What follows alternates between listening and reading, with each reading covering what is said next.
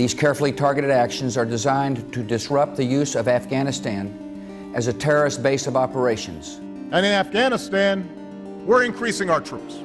Military power alone will not bring peace to Afghanistan or stop the terrorist threat. And it's time to end the forever war.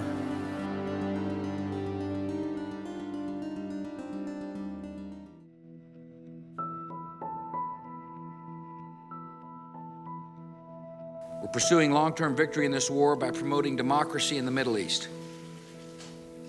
so that the nations of that region no longer breed hatred and terror. It remained America's view after the Cold War, particularly if there were going to be countries that were not Western democracies that were going to be breeding grounds for terrorism. After 9/11, George W. Bush moved into that camp. But we've also got an ideology based upon liberty, which stands in stark contrast to the ideology of the thugs and murderers called the Taliban. The danger with the Bush administration's foreign policy and their characterization of the threat as regime-based is that it lends itself to overreach.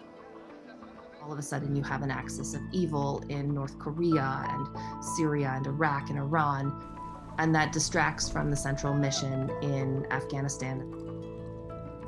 American and coalition forces are in the early stages of military operations to disarm Iraq, to free its people. Presidents very rarely, after their presidencies, say, I made lots of mistakes. He still supports his decisions to invade Afghanistan and Iraq.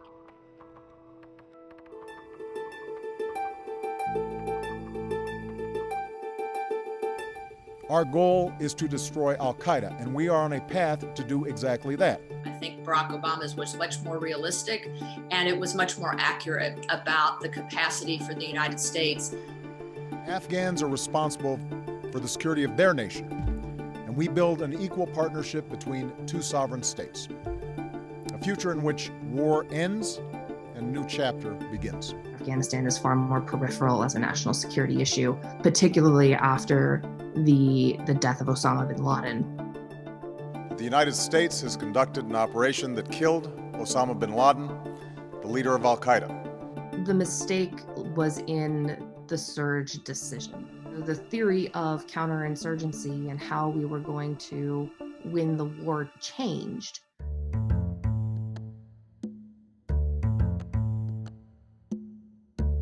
We are a partner and a friend, but we will not dictate to the Afghan people how to live or how to govern their own complex society.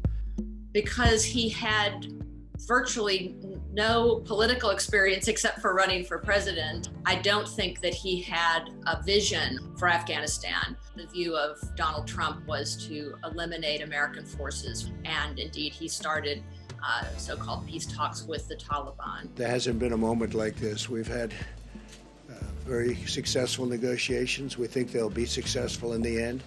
And I think the Trump administration and those negotiating that deal felt a lot of that same pressure, that they wanted to get a deal before they left office. The human rights element, which had been so central to U.S. foreign policy, was not important to those in power. We are not nation building again. We are killing terrorists. I made the decision. The buck stops with me. Biden is interesting because he's very much shaped by personal experience.